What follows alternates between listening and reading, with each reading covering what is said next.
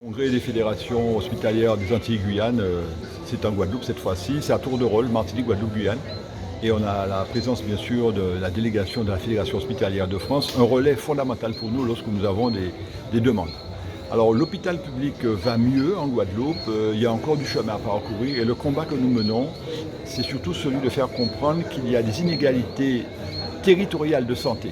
Vous avez des régions, ça c'est le plus important, c'est le combat actuel, où la densité médicale, la densité en appareils, scanner, IRM, réanimation, est plus faible que la Guadeloupe. C'est souvent l'argument que nous cite le ministère quand on va les voir. Ils nous disent, écoutez, en Corrèze, département où il y a eu 2 anciens présidents de la République, il y a moins de services de réanimation, moins de scanners d'IRM, de cardiologues, de dermatologues, comparé à la Guadeloupe rapporté à la population.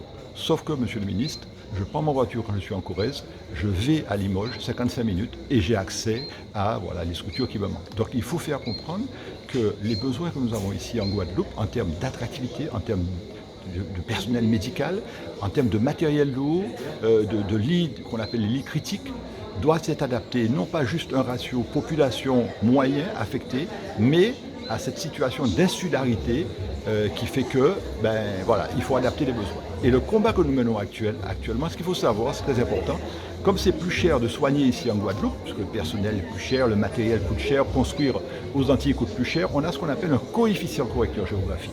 Un malade fait un infarctus du myocarde à Toulouse, ça va rapporter, 6 000 € à l'hôpital.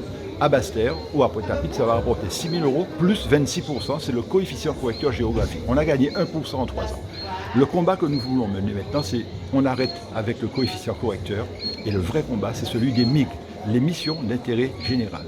Il y a des services qui ne sont pas rentables, parce que le bassin de population fait qu'ils ne peuvent pas rentabiliser. La patientèle, je n'ai pas dit la clientèle, mais la patientèle n'est pas suffisante pour rentabiliser, mais ils sont indispensables pour pouvoir sauver des vies. Et il faut rajouter le complément pour équilibrer un service. Un exemple concret, je suis cardiologue, chirurgie cardiaque en Martinique.